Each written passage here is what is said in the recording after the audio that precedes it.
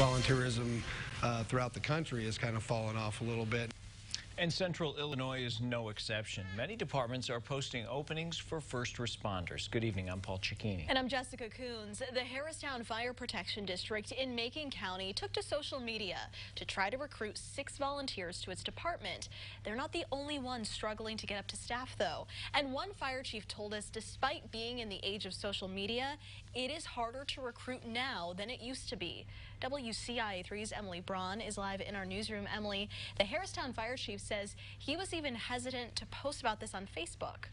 Jessica, he says his department needs the volunteers, but he wants to make sure the people who sign up for it are in it for the right reasons. He wants people who will come on, know what they're getting into, and stick around. The Harristown Fire Protection District is in need of more help. Their fire chief didn't want to go on camera, but says he wants people to know this is mostly EMS work and you need to live close by. Because at the end of the day, it's just like he posted on Facebook.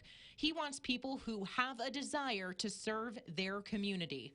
John Kohler over at Cornbelt Fire says nowadays those people are harder to come by. Used to be you just put a banner out in front of the fire station and people would drive by and show up and fill out an application. His department is also mostly volunteer. And even in a bigger village like Mahomet, he says most of their calls are still medical calls.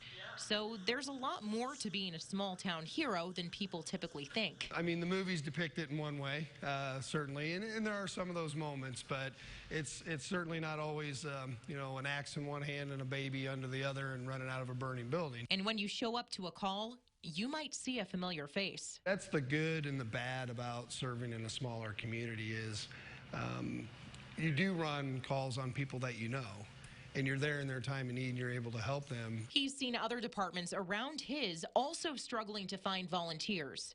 Interest is one thing, but he says your heart has to be in the volunteer spirit, because if it is, then you'll know. When you're there for your fellow community member, it just means something more. The Harristown Fire Protection District will cover the training and equipment. Kohler told me for most other departments, it's going to be the same way. So you don't have to have prior experience. You just have to have the right attitude and time commitment. Jessica? Hopefully they can find some of those volunteers they need. Emily, thank you. If you are interested in volunteering with Harristown, we have contact information on WCIA.com.